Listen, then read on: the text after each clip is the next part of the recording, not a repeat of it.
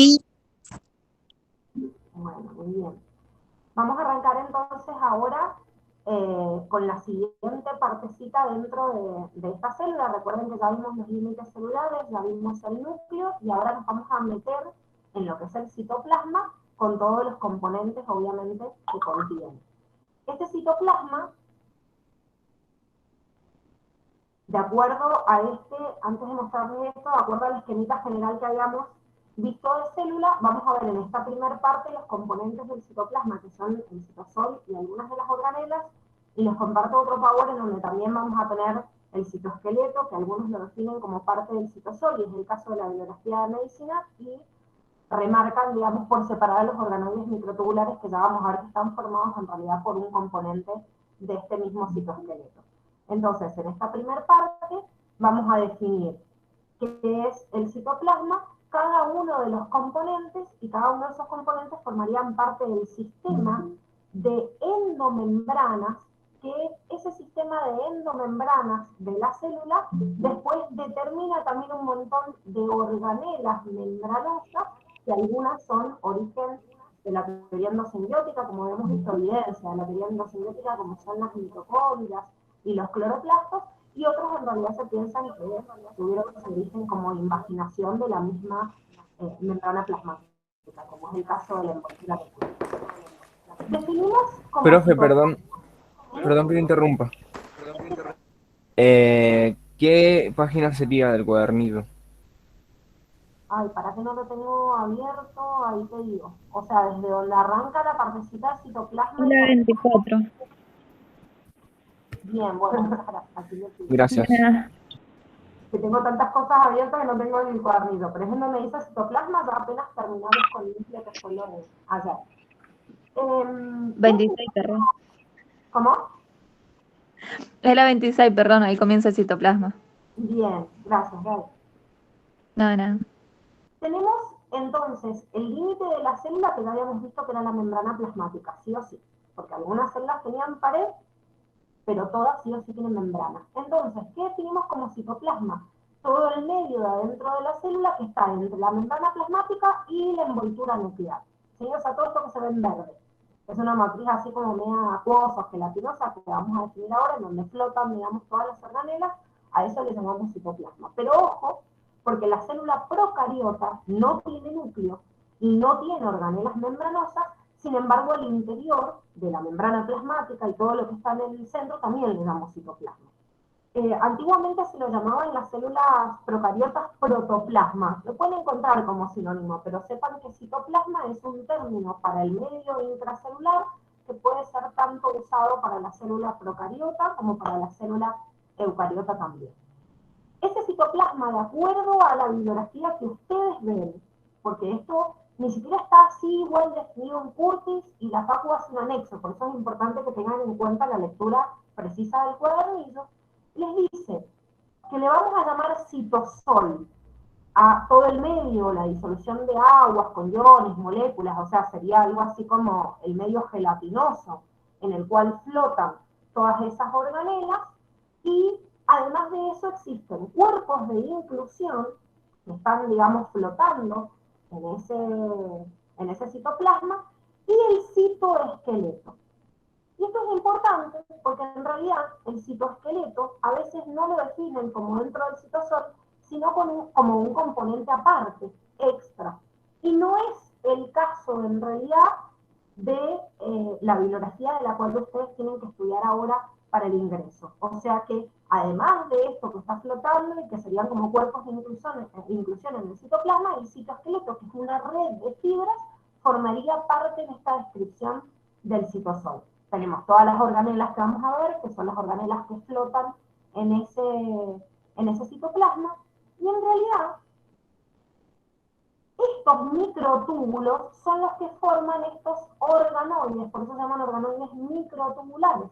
O sea que hay un componente del citoesqueleto que forma estos organoides microtubulares, como cilios, flagelos, cuerpos basales, que también vamos a ver hoy.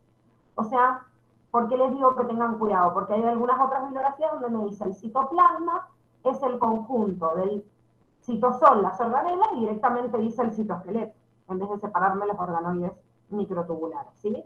Pero tengan en cuenta, como les digo, esta clasificación, que es la clasificación que les va a tomar la facultad.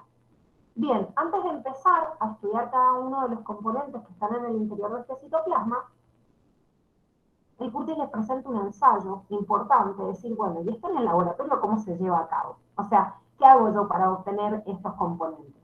En realidad, a nivel de la microbiología, se estudian un montón de componentes que están adentro de la célula, pero se utilizan técnicas de laboratorio para poder diferenciarlos. Ya sabemos que un microscopio óptico me diferencia una célula nada más, pero no sus componentes internos. Entonces, los componentes internos yo los puedo separar a través de unas máquinas específicas en el laboratorio que se llaman centrifugadoras. Esas centrifugadoras lo que hacen es justamente esto, dar vuelta rápido, o sea, en una centrífuga, y poder diferenciar determinados componentes o partículas de la célula de acuerdo a su tamaño y a su densidad. A esto se le llama centrifugación diferencial. ¿Sí? Separo de acuerdo a la densidad. Sin embargo, después se pueden hacer centrifugaciones más específicas, más sutiles, en donde voy a generar gradientes con distintas sustancias, como por ejemplo acá les da el ejemplo del gradiente de densidad de sacarosa, que me separa componentes celulares que son muy parecidos en tamaño y densidad y que necesito justamente crear otro mecanismo en la centrífuga para que se puedan aislar uno a otro. El Curtis les da una imagen de esto para que más o menos lo puedan visualizar en un tubito de ensayo y digo, miren, si yo pongo en una solución un montón de células y lo centrifugo a determinada velocidad, lo primero que voy a separar por su densidad va a ser el núcleo. ¿Por qué? Porque es lo más pesado. Entonces se va a ir para abajo en esa centrífuga. Si yo separo esto, ¿sí?, de todo lo que está flotando, y eso que está flotando lo vuelvo a poner en un tubito de ensayo y lo centrifugo a más revoluciones y por un tiempo determinado, termino separando otros componentes que son más densos, pero que tienen una densidad parecida, por ejemplo, mitocondrias, cloroplastos, lisosomas. Vuelvo a separar para romper fragmentos y así sucesivamente. No tienen que saber, chicos, la técnica de laboratorio, porque no están ni siquiera estudiando dentro de la facultad y ni siquiera ustedes van a centrifugar componentes celulares, ya van a ver preparados de células y los componentes internos lo van a estudiar nada más del libro, no los van a hacer porque esto necesitan un microscopio, o sea, mecanismos así y microscopios electrónicos que salvo el que se dedique por ahí a hacer algún curso, que la facu también les da la opción de hacer cursos opcionales en cada una de las cátedras, indaga más en esto porque les interesa, es propio de la investigación y no del médico. ¿Sí? Así que es para que tengan una idea de que este es el mecanismo a través de esta fuerza centrífuga que la velocidad, las revoluciones por minuto que lo van a encontrar como unidad de medida, o sea, RPM, que hace la centrífuga, en un determinado tiempo me va a poder separar por densidades los componentes celulares. De esta forma nosotros logramos aislar los componentes que hay dentro de la célula y de esta forma se estudia. Bien, vamos al primer componente que flota en este citoplasma y que es una organela no membranosa. Al ser una organela no membranosa, está presente tanto en células procariotas como eucariotas. Y esto es importante porque estamos definiendo particularidades de la célula eucariota, pero de repente esta organela es la única que está presente en células procariotas también. Y lo importante es que esta estructura de su subunidad mayor y menor también existe en ambos. En células procariotas y en células eucariotas, la función del ribosoma es sintetizar aminoácidos. O sea que acá estoy viendo un ribosoma con una subunidad mayor y menor que se ensambla, como están viendo ahí, o sea, se hace una carcasa, y en realidad es el lugar en donde se ensamblan las proteínas. Esto lo vemos por arriba acá, porque no se preocupen que en la unidad 5 vamos a estar trabajando todo, síntesis proteica a partir y vamos a ver cada uno de los pasos, obviamente, de este mecanismo. Hasta ahora tengo que saber que es el lugar en donde se sintetizan proteínas y que son las organelas más numerosas que existen en la célula y mientras más se dedique la célula a secretar proteínas, más ribosomas va a tener.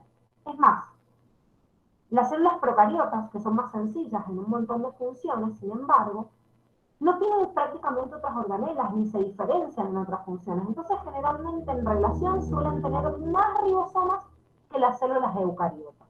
¿Sí?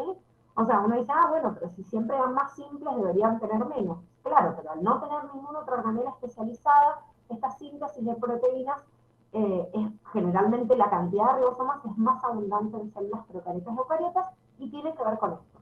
Mientras más proteína secreto, más ribosomas va a tener la célula. Ahora, ¿dónde se distribuyen estos ribosomas? En la célula eucariota, porque la célula procariota está en el citoplasma, no tiene otro lugar, o sea, no tiene ni duda. Pero en la célula eucariota existen dos lugares en los cuales yo voy a encontrar estos ribosomas. O libres en el citoplasma o adheridos al retículo endoplasmático rugoso. El retículo endoplasmático rugoso que vamos a ver ahora es una continuación de la membrana nuclear. Estas pelotitas que vemos acá en azules son ribosomas adheridos al retículo endoplasmático rugoso.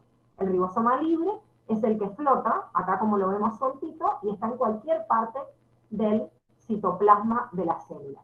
¿Cuál es la diferencia entre estos dos? Que yo tengo dos síntesis específicas de proteínas. Unas que son de uso interno en la célula, por ejemplo, todas las enzimas que necesito, todo lo que yo necesito en el interior de la célula, lo sintetiza el ribosoma libre. En cambio, lo que yo voy a incrustar en una membrana o lo voy a mandar afuera, lo va a sintetizar el retículo endoplasmático rugoso, o sea, las proteínas que están adheridos a ese retículo endoplasmático rugoso. Entonces, ribosomas libres, proteínas de uso interno. Ribosomas adheridos al retículo, proteínas que se quedan pegadas en la membrana o que se exportan, ¿sí? Que salen de la célula y cumplen una función justamente fuera de la célula, que en todas las células que se encargan de la exportación específicamente, por ejemplo, una glándula como el páncreas, que secreta hormonas proteicas como son la insulina o el glucagón, va a tener un montón de retículo endoplasmático rugoso porque saca un montón de proteínas de exportación. Tanto la célula procariota como la célula eucariota tienen ribosomas con dos subunidades, como presentamos recién, una mayor y otra menor por el tamaño, y justamente está formado por un tipo de ácido nucleico, que no es el ADN, sino uno sintetizado a partir de él, que es el ARN, y proteínas unidas. Cuando yo digo que hay una subunidad mayor y menor es correcto en ambos, sin embargo, en procariotas, estas dos subunidades ensambladas son más chiquititas que en la eucariota. Esta S que ven acá es una unidad de medida en la centrífuga, en el aparato que recién nombramos. Es de hecho la inicial del investigador alemán que la describió, o sea que ni siquiera figura en Curtin, o sea, no se preocupen, lo que digo es que no es un S de segundo, para que no se distorsione un poco y no entiendan esa unidad de medida como otra cosa que no es. Y tampoco me sirve para definir específicamente la densidad o el peso, porque son cosas tan chiquititas. Imagínense que si las tendría que pesar, tendría que usar un índice tan chiquitito que, bueno, utilizaron como unidad de medida esta unidad en la centrífuga. ¿Qué quiere decir? Que un ribosoma procariota tiene 70S y una eucariota 80S. Que este precipita de forma más rápido y este más lento porque es más chico. ¿Sí? O sea, ¿qué quiere decir eso? Que tengo una procariota de menor tamaño, una organela dentro de la procariota que es de menor tamaño que el de la eucariota. ¿Y qué Sería ojo? como, ¿Cómo? perdón, sería como la relación superficie-volumen. Claro, una cosa así, lo que pasa que si sería relación superficie-volumen directa, deberían las subunidades menores, las dos, darte una sumatoria que es igual al total, y no da. Por eso les digo que se hagan una idea en la cabeza de una medida que me está hablando del tamaño, pero que en realidad ese tamaño también tiene que ver con la densidad que ocupa, o sea, en la centrífuga, y qué tan rápido precipita. O sea, es una unidad en realidad de peso en relación con el tiempo. ¿Por qué?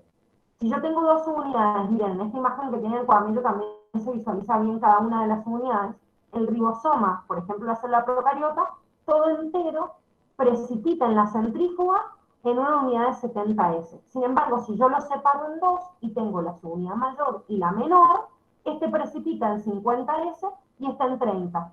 O sea, fíjense que si ustedes suman esto no les da 70. Entonces quiere decir que las dos unidades unidas se ensamblan de tal manera que ocupan quizás menos espacio y hacen una precipitación más rápida que la sumatoria de los dos por separado. ¿Sí?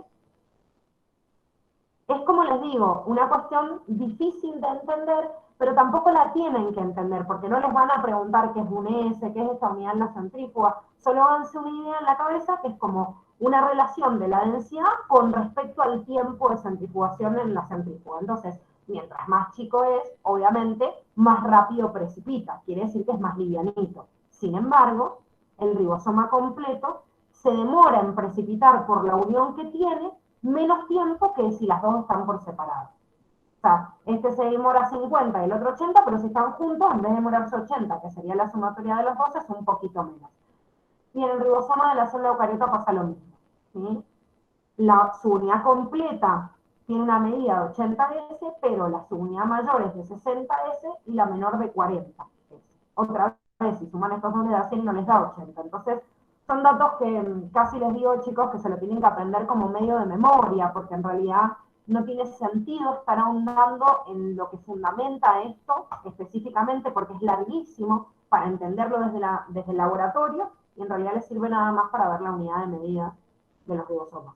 Imagínense que ni siquiera les cuento esta historia corta y te cuento un montón de otros ensayos, esto ni siquiera se los puntualiza. Así que no se preocupen, solo sepan ese datito o ese número. Y sí les digo, sobre todo en medicina, son bastante específicos en preguntar algunas tonteras como esto, de los componentes que forman cada una de las subunidades. Por eso yo se los he puesto en el cuadrito, que se lo tienen en el cuadernillo, en la punta de clase. Dijimos que cada ribosoma está formado por proteínas y por ARN. Bueno, saber cuáles son los componentes del ARN y cuántas proteínas forman cada una de las unidades, ¿sí? Está todo en el cuadernillo, está todo escrito en esta imagen, que es una imagen tal cual de Curtis. No les digo que siempre lo pregunten, pero me acuerdo el anteaño pasado una pregunta que les habló, por ejemplo, de la cantidad de proteínas que hay en la subunidad menor del ribosoma de los eucariotas, ¿sí? O sea que estos datos no son secundarios, sino que como todo, como les dijimos desde el principio, todos los datitos, aunque sean muy específicos, son susceptibles a ser tomados por la facu. Bien, ahora, saliendo de estos ribosomas, que es una organela no membranosa, el primer sistema que vemos de organelas membranosas es el sistema endomembrana. A mí siempre me gusta comparar el sistema endomembrana como una fábrica en la célula. ¿Qué quiere decir esto? El sistema endomembrana está como físicamente, como les dice, separado, pero en realidad funcionalmente todos los componentes que forman el sistema endomembrana están conectados entre sí. ¿Quiénes forman este sistema endomembrana? Y que ahora vamos a desarrollar cada uno: el retículo rugoso, el retículo endoplasmático liso, complejo de Golgi, vesículas y vacuolas y los lisosomas. Imagínense esto como una fábrica, ¿sí? A mí siempre me gusta poner la homología a una fábrica de chocolates, nada más por ser fanática de chocolate. Ustedes lo pueden pensar en la cabeza como una fábrica de lo que sea. Si el sistema endomembrana es una fábrica de la célula, para fabricar componentes tienen máquinas específicas en esa fábrica que a través de la misma materia prima elaboran un determinado componente. Por ejemplo, si yo tengo una fábrica de chocolate, ¿cuál va a ser la materia prima que yo tengo que meter a esa fábrica? ¿Qué necesito para fabricar ese chocolate? Cacao. Bien, cacao, ¿qué más? Maquinaria para manejar la fabricación. La Grasa. maquinaria sería parte de la fábrica, pero materia prima, o sea, ¿qué insumos tengo que comprar? Leche. Manteca de cacao, Leche. Grasa. manteca de cacao, Bien, grasa, manteca, bueno, depende de qué le agrega cada uno, de qué tipo de variedad de chocolate es, pero básico voy a necesitar azúcar, voy a necesitar leche, voy a necesitar cacao. Esa es la materia prima. La materia prima de una célula que ingresa a la célula y que está disponible para este sistema endomembrano para cualquier componente de la célula, son las unidades básicas de los compuestos orgánicos que vimos en la primera unidad. O sea, yo meto en la célula aminoácidos, monosacáridos, meto nucleótidos, meto ácidos grasos, glicerol, esa es mi materia prima. Entonces, ¿qué hace con la materia prima esta fábrica? Y tengo máquinas distintas. El retículo rugoso y el retículo liso son fábricas que sintetizan componentes distintos a través de esa materia prima que meten. Por ejemplo, yo puedo tener en mi fábrica de chocolates una máquina que me haga bombones y otra máquina que me haga, no sé, tabletas, u otra máquina que me haga, no sé, chocolate en rama. A través de la misma materia prima, combinándola de forma distinta, genero compuestos distintos. Bien, el retículo rugoso en nuestra célula sintetiza proteínas, mientras que el retículo endoplasmático liso secreta lípidos. O sea que son sustancias distintas porque son fábricas distintas en la célula. Pero como toda fábrica, después de que yo fabriqué los bombones, las tabletas de chocolate, el chocolate en rama, lo que sea, lo tengo que meter en una cajita. Esa cajita o envoltorio necesita de una máquina que lo empaquete. El complejo de Golgi es mi máquina empaquetadora. El que arma paquetitos, por ejemplo, las cajitas de bombones, o no sé, o bolsitas de chocolate en rama, lo que sea, lo empaqueta a través de una membrana. Eso hace el complejo de Golgi con las proteínas y los lípidos que sintetizó las otras dos máquinas. Es más, hasta esta máquina por ahí, además de hacer el paquetito, le pone un moñito, que ahora lo vamos a ver. ¿Vieron como cuando me lo envuelven para regalo? Bueno, el complejo Golgi tiene la capacidad de anexar también un componente a esas proteínas y lípidos sintetizados por las otras dos máquinas. ¿Cómo le llamo al paquetito, a la bolsita por el cual esta fábrica saca el compuesto que fabricó? Vesícula. Y cuando es grande, vacuola, que ahora las vamos a diferenciar entre las dos. O sea que la cajita que saca esa fábrica, empaquetada, que manda en el camión a distribuir hacia cualquier otra célula del cuerpo, es la vesícula, ¿sí? O la vacuola. Y el lisosoma vamos a ver que es como un paquetito que arma la célula, pero que lo usa él mismo. Es como los empleados de la fábrica. Si yo trabajo en una fábrica de chocolates, tipo, no voy a ser tan tonto de ir a comprar chocolate al kiosco, o sea, lo voy a sacar de la fábrica que me sale más barato. Bueno, el lisosoma es una bolsita que se queda dentro de la célula y se usa dentro de ella. Después de haber visto esta homología, obviamente vamos a puntualizar el estudio de cada uno de estos componentes del sistema endomembrana. Los retículos son una red de sacos que, si ampliamos un poquito esta imagen y la vemos acá, se continúa desde la envoltura o membrana nuclear y me encuentro con esto que estamos visualizando en rojo, que es el retículo endoplasmático rugoso, con ribosomas adheridos, y el retículo liso, que le llamo liso porque no tiene ribosomas adheridos. ¿Cuál es la diferencia entre estos dos? Como acabamos de decir, primero, bueno, los ribosomas adheridos, y por eso le llamo rugoso, y los ribosomas le dan justamente la función de sintetizar proteínas, como ya vimos. Dijimos ribosomas solitos, proteínas de uso libre, o sea, en el citoplasma, y proteínas de exportación a la membrana a través del retículo rugoso. ¿Por qué? Por la presencia de esos ribosomas. Ahora, retículo endoplasmático liso, además de sintetizar lípidos, hay algunas células puntuales en nuestro organismo, como en nuestro caso, muy puntualmente las células hepáticas, que son las células que están en el hígado, que se encargan de otras funciones anexas, que son la desintoxicación celular y la glucogenólisis. La síntesis de lípidos es común a todas las células. Todas las células que tienen retículo liso sintetizan lípidos para que la célula pueda exportarlos. Ahora, si yo tengo una célula que secreta hormonas esteroideas, por ejemplo, un testículo o un ovario o la glándula suprarrenal, va a tener mucha más cantidad de retículo liso porque secreta mucha cantidad de hormonas esteroideas. Sin embargo, las células hepáticas, además de sintetizar lípidos porque son fundamentales en el equilibrio y en el metabolismo de las grasas, además de eso, nuestro hígado es el órgano encargado de desintoxicar el organismo. O sea, cada vez que nos vamos de boliche y nos ponemos en pedo, todo el alcohol, que es un tóxico impresionante para el organismo, el pobre hígado es el encargado de desintoxicar y de metabolizar todos esos compuestos. Entonces, es muy intensa esta función a través de enzimas, obviamente, que también están presentes en las células hepáticas en ese retículo endoplasmático liso. Pero además de ello, el hígado, vamos a ver que el hígado es como un comodín en todo. Cada vez que uno no sepa bien quién cumplió esa función, por las dudas ustedes digan hígado, seguro que le pegan, porque hace de todo. Después vamos a ir viendo en cada una de las unidades para ver que vamos nombrando a este hígado. Otra de las funciones, porque participa también en la regulación de la glucemia, es degradar el glucógeno, que era el azúcar de almacenamiento que tienen las células animales, que en el caso de nosotros y de los organismos pluricelulares dentro de los animales complejos, almacenan esta glucosa como glucógeno y lo hace la célula hepática o la célula muscular. Entonces esta glucogenólisis en nuestro organismo solo lo va a llevar a cabo el retículo endoplasmático liso del hepatocito, o sea, la célula hepática, o de una célula muscular. No otra célula porque ni siquiera tiene glucógeno almacenado, ¿sí? Entonces estas son funciones acopladas a algunos determinados tipos de células, como son las células hepáticas, y estos son ejemplos que da Curtis, así que obviamente los tienen que conocer. Bien, vamos a la máquina empaquetadora, que era el complejo de Golgi. El complejo de Golgi o la máquina empaquetadora lo que me hace es armar las bolsitas, como dijimos, para sacar al exterior. Pero yo les dije que por ahí hace como un agregado y pone un moñito. Este moñito que puede agregar este Golgi se llama glucosilación. La glucosilación es el agregado de un azúcar. También vimos en la primera unidad que un lípido unido a un azúcar se llamaba glucolípido y un glúcido unido a una proteína se llama glucoproteína. Bueno, como las proteínas las secreta el retículo rugoso y los lípidos del retículo liso, lo que hace este complejo de Golgi a veces es agregar un azúcar para sintetizar glucolípidos o glucoproteínas. Algunos que se van a quedar en la membrana u otros, como dijimos, que se van a ir al exterior de la célula.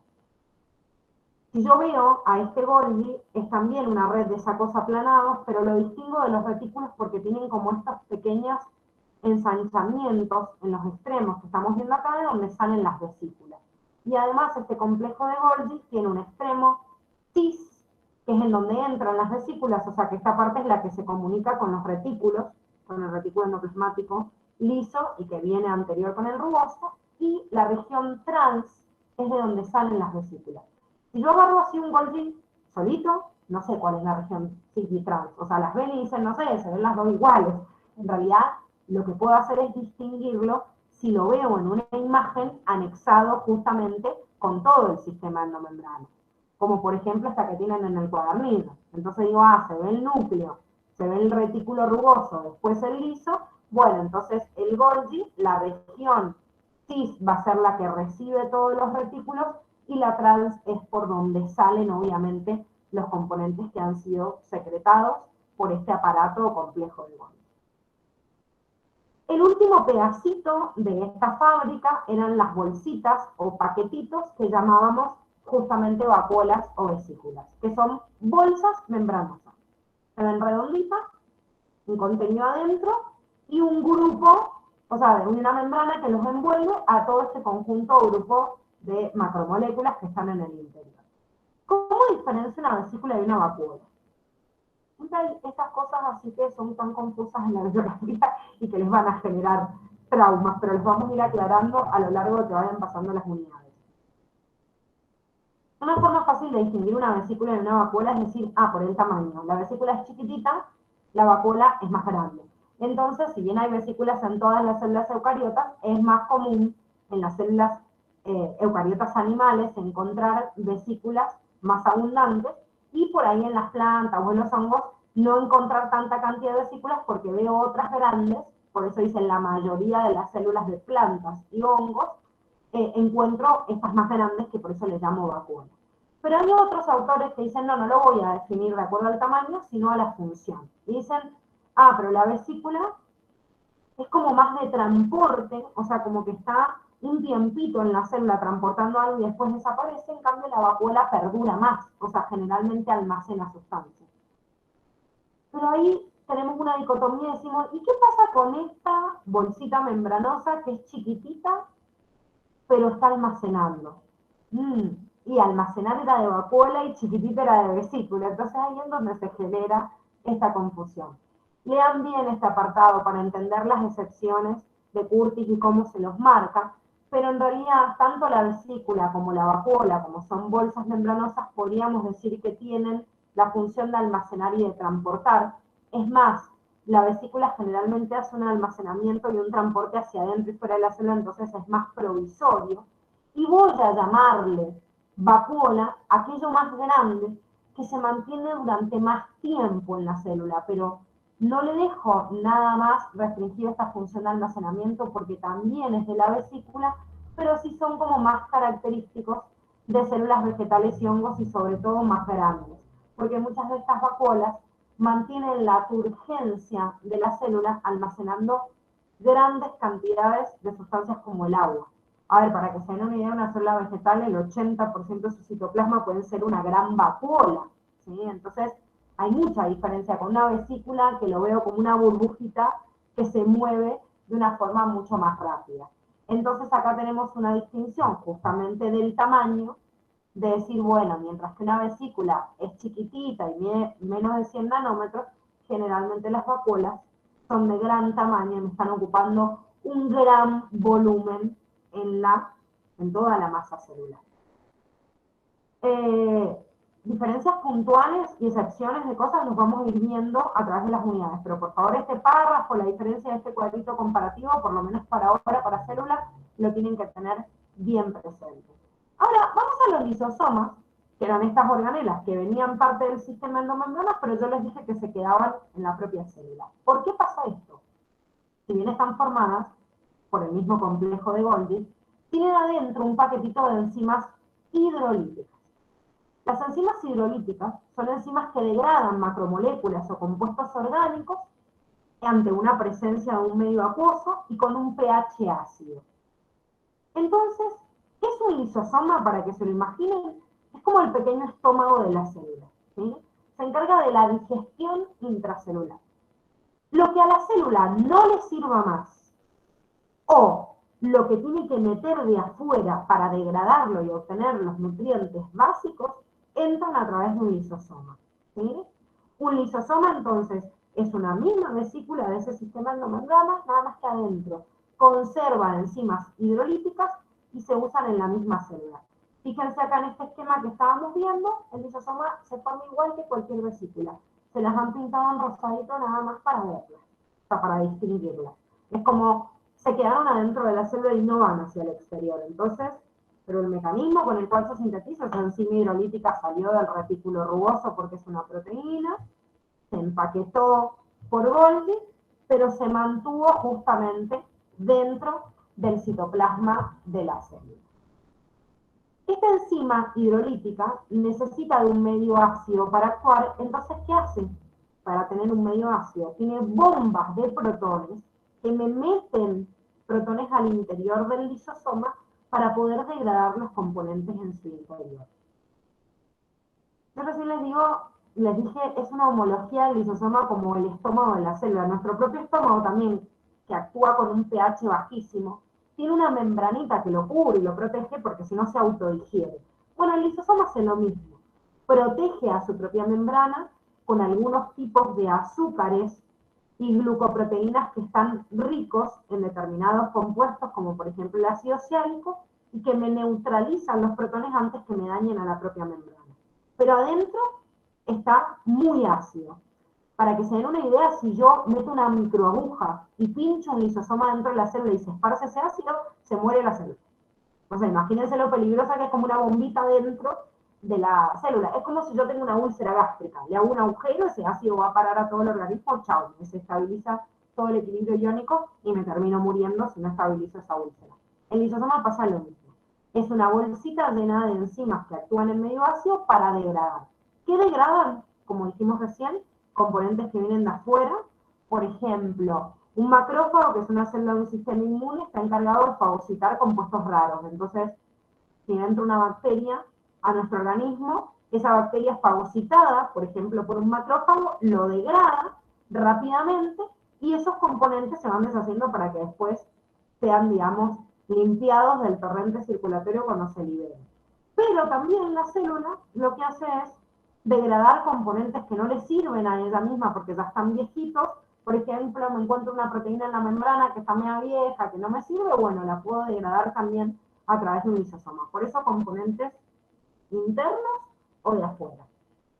Fíjense acá, y por eso les digo que lean atentamente la parte de vacuolas y vesículas, porque si bien los lisosomas son vesículas del retículo, o sea que salen del retículo rugoso, pero se encargan de la digestión intracelular, se le llama lisosoma propiamente dicho en células animales, y en la mayoría de las plantas y de los hongos, en vez de haber lisosomas, hay grandes vacuolas por el tamaño, pero como tienen enzimas hidrolíticas, tienen como la misma función del lisosoma. Y pueden tener otras funciones acopladas, ¿sí? O sea que, si bien el lisosoma es un tipo de vesícula con enzimas hidrolíticas, en algunas plantas y hongos donde dijimos que estas son más grandes y por eso se los llama vacuolas, Curtis les nombra esta frase y les dice vacuolas con enzimas hidrolíticas. O sea que esas vacuolas con enzimas hidrolíticas serían un sinónimo del lisosoma en una célula viva.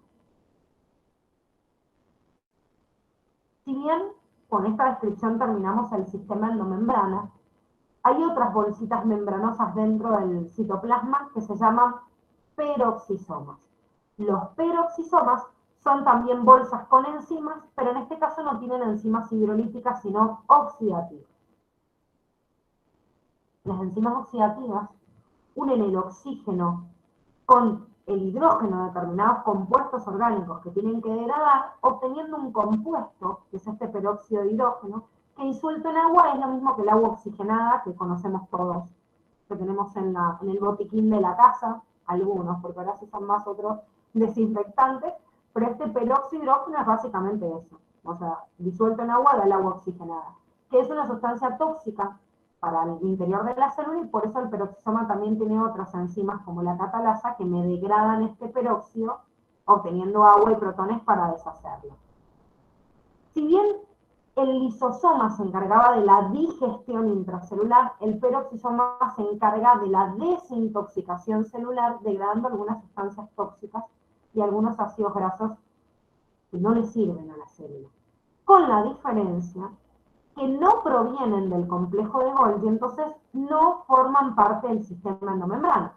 ¿Por qué les comparo a estas dos organelas? Porque tanto lisosomas como peroxisomas son bolsas membranosas con enzimas en su interior. ¿Cuál es la diferencia?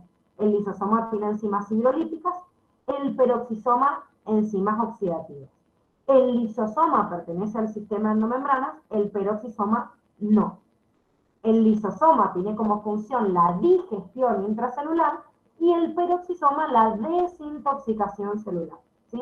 Háganse después un cuadrito comparativo entre estos dos, porque son bastante interesantes las preguntas que por ahí les pueden hacer de peroxisomas y lisosomas. Y otro detalle a tener en cuenta en esta organela, muy importante, es que estos peroxisomas cumplen funciones distintas en distintos tipos de células eucariotas, y mientras que esta desintoxicación que les estaba nombrando recién es muy común en muchas células y sobre todo en células que se encargan de desintoxicar, como las células hepáticas, otra vez el hígado de ejemplo, en algunas células vegetales, como por ejemplo las que están en las hojas, hace fotorrespiración.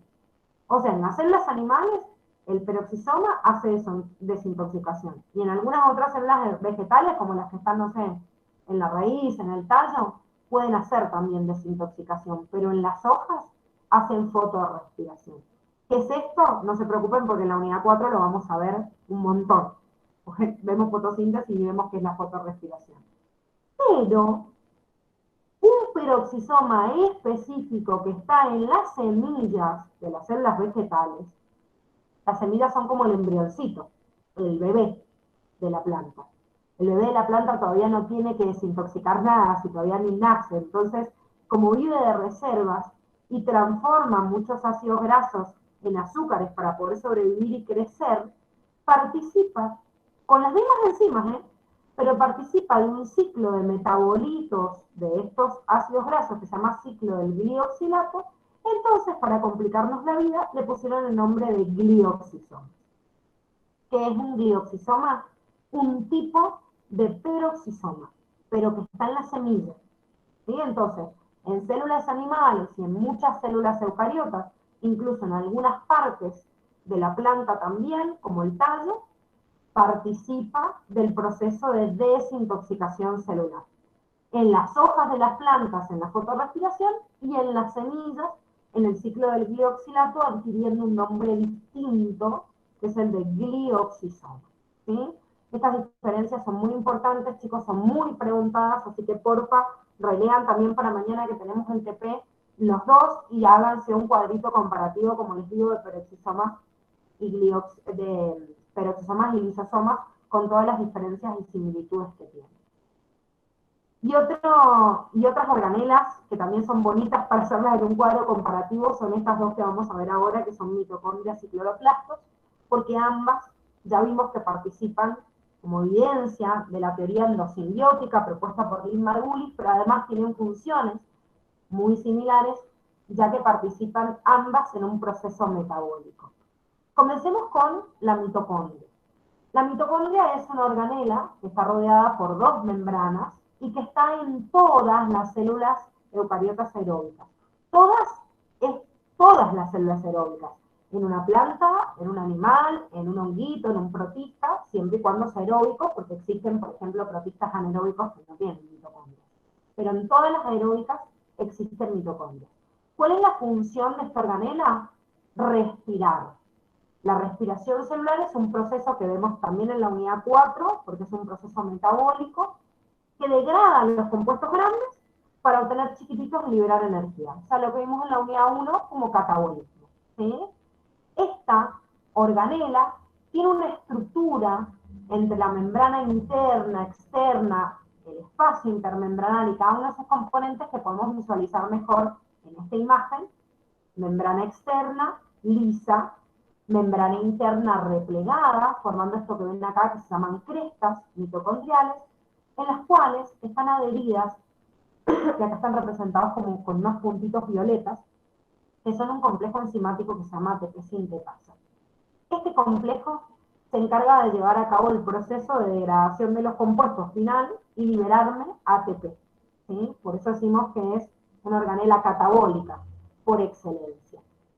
El espacio entre membrana externa e interna se llama espacio intermembranal, y entre membrana interna y el interior, matriz mitocondrial, ¿sí? Dos membranas, dos espacios comparativos.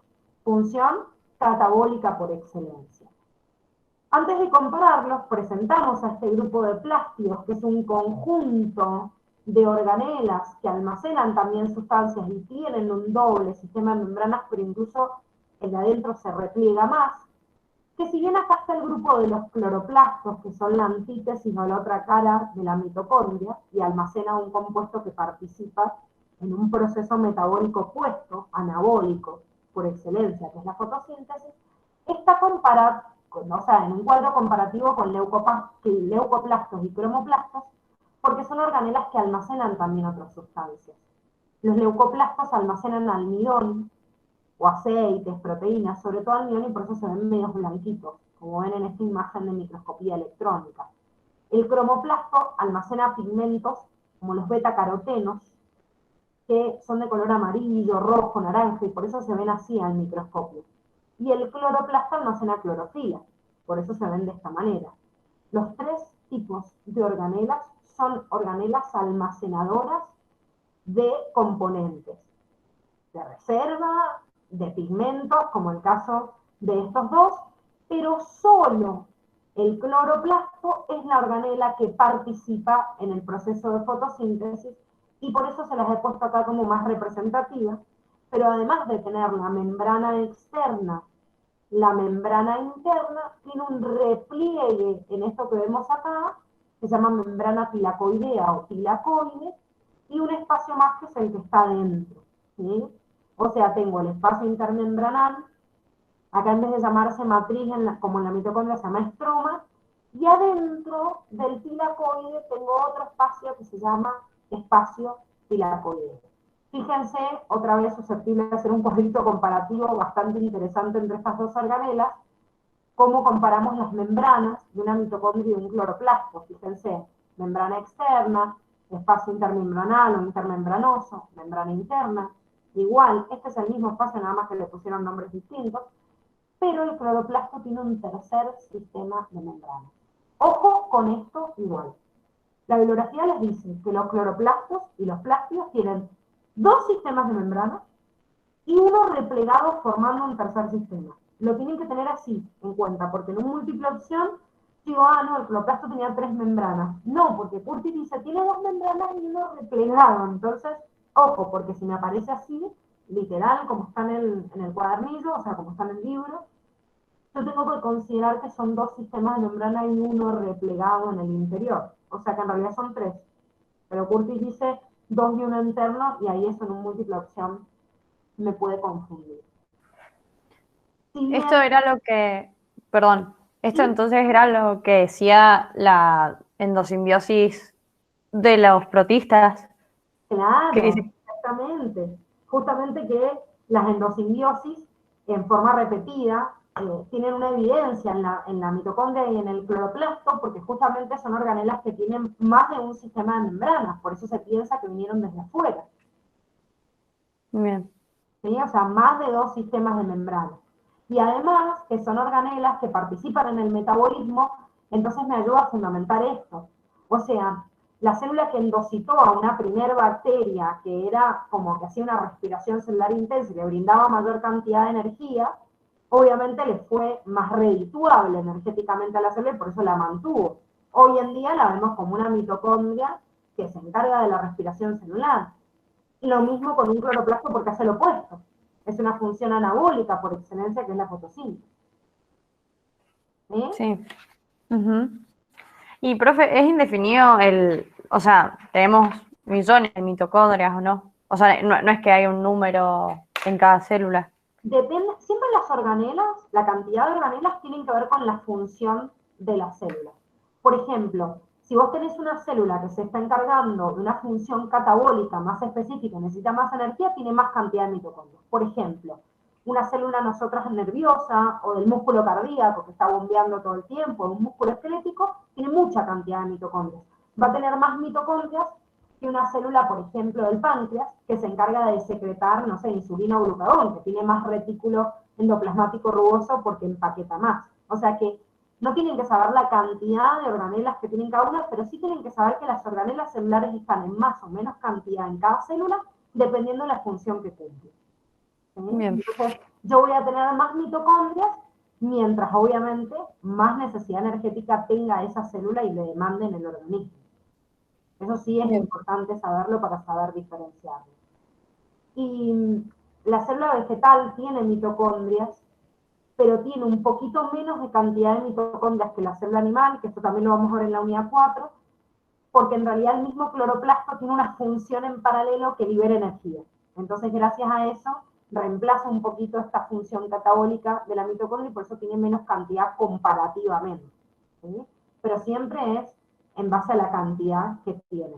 Y esto también es importante entender de la ubicación, porque muchas veces cuando en la escuela les dan mitocondrias y cloroplastos, se han visto alguna vez en biología, nos hacen un dibujito de una planta en donde se ve el cloroplasto y la mitocondria nos ponen como una célula animal nada más. Y me da a entender como si la planta no tuviera en realidad mitocondria. Pero acuérdense, como les dije, cuando arrancamos con mitocondria, que todas las células eucariotas aeróbicas tienen mitocondria, tanto una célula de tipo animal como de vegetal. Ven esto que tienen pintado tan rojito, me está representando a las mitocondrias. En cambio, el cloroplasto sí es una organela específica únicamente de esta célula vegetal y que no la voy a encontrar en una célula animal. Ya vamos a ver qué otros componentes hay de distinción entre ellas dos, pero sí es importante saber que el cloroplasto no lo voy a encontrar en él. ¿Sí? Bueno, ¿hasta acá hay alguna duda?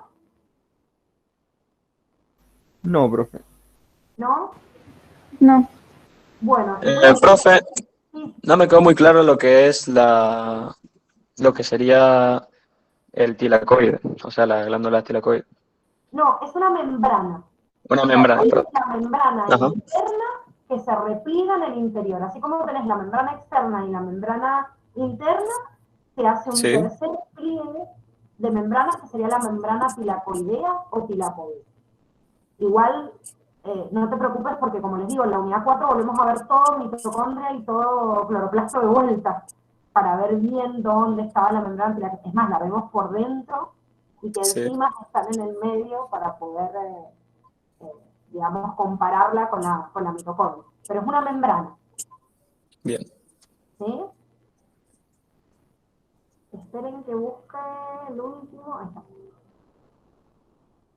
El último power, lo que vamos a hacer ahora para terminar, en estos últimos minutos vamos a ir como rapidito, pero es más fácil la lectura de esta última parte, pero bueno, como les dije, teníamos que ver el último segmento que serían los componentes que forman parte del citoesqueleto o, en su defecto, de los organoides microtubulares, como lo está nombrando también la facultad como parte, digamos, de ese citoplasma, como una unidad, digamos, aparte.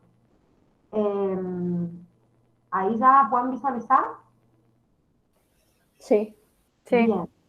Bien, entonces en Sí. esta partecita vemos este citoesqueleto, los componentes, los organoides microtubulares que forman estructuras como cilios o flagelos, cuerpos basales que vemos ahora. O sea que en el esquemita que estábamos recién estamos acá. Vamos a desarrollar ahora citoesqueleto y organoides. Empezamos primero por el citoesqueleto. El citoesqueleto es un conjunto de fibras, o sea, de redes que forman, ustedes imagínense una célula dentro como toda llena de tela de araña, con rieles que van para todos lados, porque cuando nacen un dibujito de una célula aparecen como todos tan bonitos y ordenadas las organelas y no flotan solitas. En realidad están formadas, están entretejidas por un conjunto de fibras de 3 tipos de proteínas: microfilamentos, filamentos intermedios y microtúbulos, que se ubican en nuestra célula de esta manera. Mientras que los filamentos de actina son los que están pintados acá en rojo, hacen todo un recuadro alrededor del interior de la célula, los filamentos intermedios hacen como toda una red interna y forman la estructura de la célula, y los microtúbulos salen desde un punto que se llama centrosoma y es el lugar, el centro organizador de estos microtúbulos, y empiezan a crear una red para distintas funciones que vamos a ver ahora, ¿sí? Entonces, tienen ubicación distinta en la célula y en conjunto los 3 tipos de filamentos organizan a la célula, ayudan en la motilidad de las organelas o de la propia célula. Esto está muy bien simbolizado, chicos, en un cuadrito comparativo en el apunte de clase, de sentarse y decir, bueno, me tengo que poner a estudiar esto, pero está como bastante diferenciado para que no se les confunda. ¿Y qué son los datos más importantes que tienen que tener en cuenta? El filamento de actina es el más chiquitito y tiene un diámetro de 6 nanómetros, porque está formada, como se ve también en el esquema, por una proteína, que es cada una de estas pelotitas, que se llama actina, y que ambos, en esta estructura de doble collar como de perla, tienen una estructura de 6 nanómetros, siempre formado por actina, y por eso siempre mide 6 nanómetros. El microtúbulo, que es el tipo de componente del citoesqueleto más grande, está formado por otro tipo de proteína que se llama tubulina.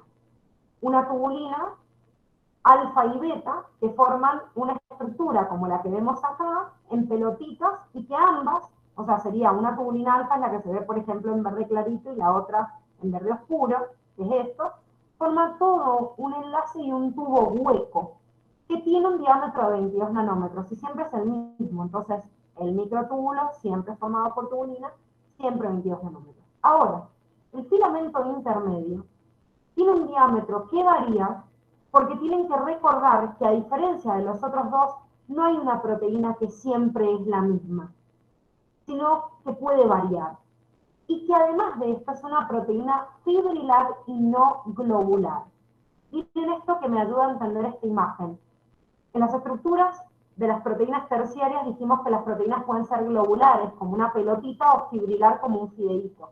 Bueno, fíjense esto, si dan esta hebra, por ejemplo, en un filamento intermedio, este fideíto es una estructura terciaria fibrilar. En cambio, el microtúbulo y el filamento actino microfilamento está formado por pelotitas como unidades básicas, ¿sí? Esta es una diferencia importante y que también se las toman bastante. Proteína globular, tubulina en microtúbulos, proteína globular, actina en los filamentos actinos, y en el filamento intermedio una proteína fibrilar y que varía su naturaleza dependiendo del tipo de célula, ¿sí? Entonces, diferencias importantes en su composición. Tienen diferencias también importantes en su función. ¿Para qué sirven? Pero se les mostré una imagen del filamento de actina y, si ustedes se fijan, están ubicados en la periferia de la célula. Fíjense, volvemos a esta imagen, ¿ven? Este filamento de actina está ubicado en la membrana. Entonces, el filamento de actina generalmente tiene como función todo lo que dependa de la periferia de la membrana. Por ejemplo, me ayuda el movimiento de la célula. ¿Pero qué tipo de movimiento? Todo lo que sea atrás de la membrana. A veces hay células que se desplazan con unos movimientos que son como de deditos, que se les llama movimiento ameboide. Si quieren, cuando terminen, googleenlo, cómo se mueve una ameba, es a través de este movimiento ameboide, es a través de unos deditos que salen, que se llaman pseudópodos, y esto se genera por los filamentos actinos, porque se acoplan rápidamente y se desacoplan, y de esta manera se pueden extender. Pero además de eso, protegen a la membrana y refuerzan estructuras como estos deditos que se veían en esa célula, que se llaman microvelocidades o algunas prolongaciones de la membrana, en donde yo necesito protección, porque al fin y al cabo están protegiendo a la membrana por dentro. Cuando participan en la división celular, lo hacen en células en donde la membrana plasmática participa en la división celular. Por ejemplo, las células animales hacen esto y se separan. Hacen un estrangulamiento del citoplasma y se separan. Este movimiento así, separación, lo hacen los filamentos de espina. ¿Sí? O sea que en esas células es importante, en otras no. Porque una célula vegetal no puede hacer este estrangulamiento porque revienta la pared. Entonces, vamos a ver en la división celular de los vegetales que no hay una participación de estos filamentos.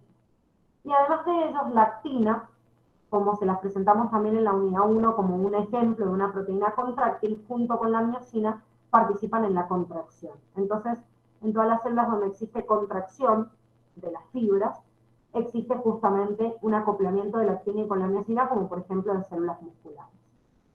Si bien el microtúbulo participa también en la división en la motilidad, fíjense que tienen digamos, fenómenos o funciones que son las mismas, lo hace a través de otros mecanismos.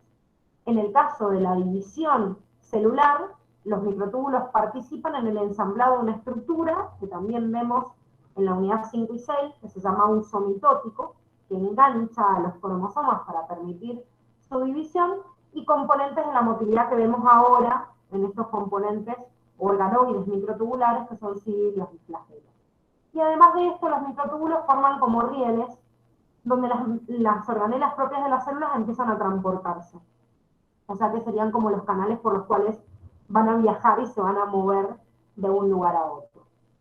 Los filamentos intermedios, en cambio, como podían ver en la imagen que les mostré recién en su ubicación, forman toda una telaraña en el interior de la célula, dándole forma celular. Es más, rodean a toda la envoltura nuclear, formando lo que se conoce como lámina nuclear. ¿Sí? Entonces, dentro de su función, refuerzan a la célula y soportan las tensiones mecánicas, le dan forma a la célula también, y refuerzan la lámina nuclear. Bien, ahora, vamos a estos organoides microtubulares, que le vamos a llamar organoides microtubulares a todos los componentes que participen del movimiento celular y que sean específicos, formados por microtúbulos, porque el movimiento celular también depende de proteínas contráctiles como las que nombramos recién, como la actina y la miosina, de algunas proteínas que están sueltas en el citoplasma, como son la quinesina y la dineína citoplasmática, que son ATPasas, degradan ATP y gracias a eso liberan energía. Pero hay organoides microtubulares formados por microtúbulos, como los cilios y los flagelos, que participan en la motilidad. Un cilio o un flagelo es una estructura microtubular que ambos tienen exactamente la misma estructura y participan ambos en la motilidad celular, y se dice que tienen una estructura 9 más 2 porque tienen 9 microtúbulos en la periferia y 2 centrales. 9 en la periferia y 2 centrales. Tienen además bracitos, como se ven acá, estos en rojo, que tienen una proteína que se llama dineína, flagelar o ciliar, que les sirve para batir, ¿sí? Para mover al flagelo o al cilio. Y además de eso tiene proteínas como estas, que son proteínas radiales o rayos, que nos sirve para enganchar a los microtúbulos periféricos con los centrales. Tienen entonces ambos la misma estructura, 9 más 2, la misma función, motilidad celular. ¿Sí? Ojo con esto, y esto lo tienen en apunte de clase, lo vamos a ir viendo más adelante también, pero repasen las excepciones en las cuales no encuentro estos cilios y flagelos. Pero, ¿cuál es el punto importante de cilios y flagelos? Si ambos participan en la motilidad y tienen la misma estructura, bueno, entonces ¿en qué se diferencian unos de otros? La diferencia es que el cilio es lo mismo que el flagelo, nada más que cortito y muchos. Estos pelitos que se ven acá son cilios. Muchos y cortitos. Además hacen este movimiento como en remo.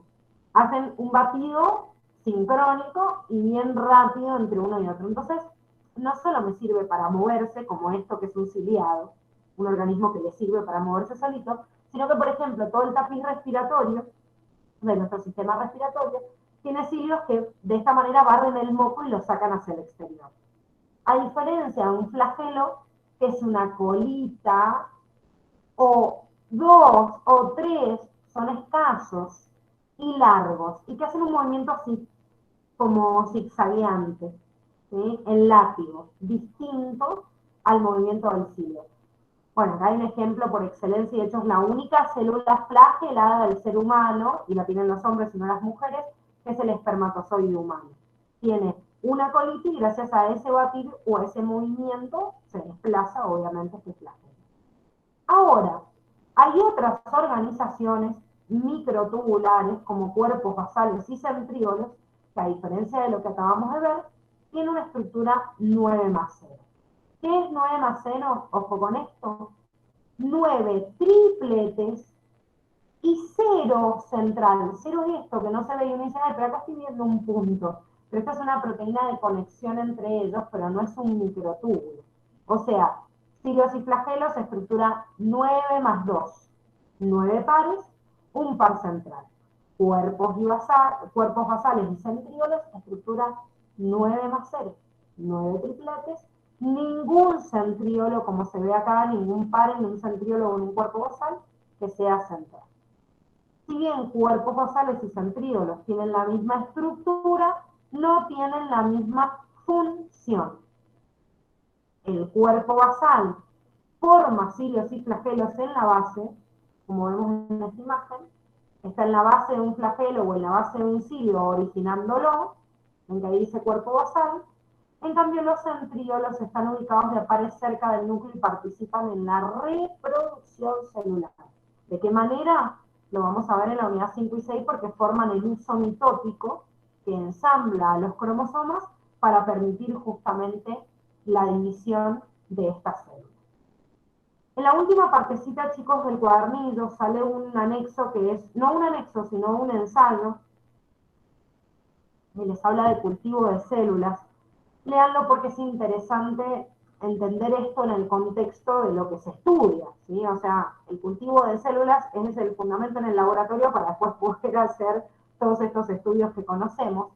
¿Qué necesito en un cultivo de células? ¿Cómo controlo el medio en el cual pongo esa célula? Yo no puedo sacar una célula de un tejido para estudiar un fenómeno y que ese medio de cultivo no sea similar a lo que es en el cuerpo, si no, se muere esa célula. Entonces le tengo que generar un medio de cultivo donde hayan nutrientes, donde haya una temperatura óptima, una cantidad de dióxido de carbono, una humedad específica, que sea similar obviamente al de las células.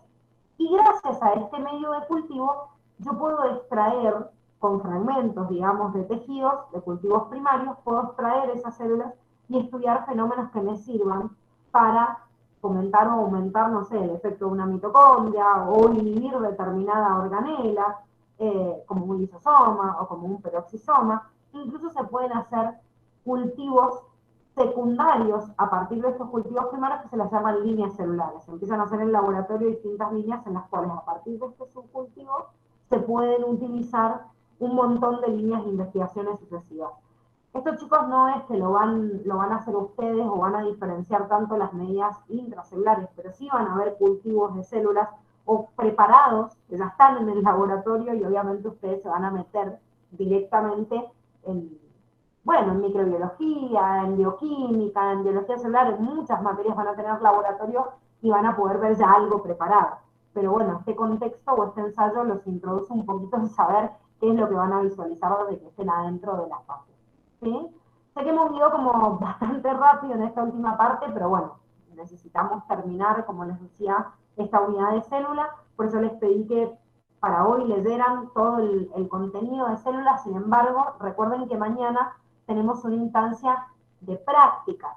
La instancia de práctica es ver, a partir de todo lo que hemos visto y lo que hemos escuchado, ver qué es lo que se me quedó en la cabeza y qué no, a través de este TP evaluatorio, y también poder repasarlos entre todos y ver las dudas, ¿sí? Así que el que no ha terminado de leer, para mañana toda la unidad completa, como dice Valentina, leer se ha dicho, sí, tiene que estar todo leído para mañana, porque nos metemos desde que arrancamos con el TP evaluatorio, vamos a tratar de hacerlos todos a través de Moodle. Yo he verificado a sus usuarios y en teoría tendrían que estar ya todos perfectamente matriculados.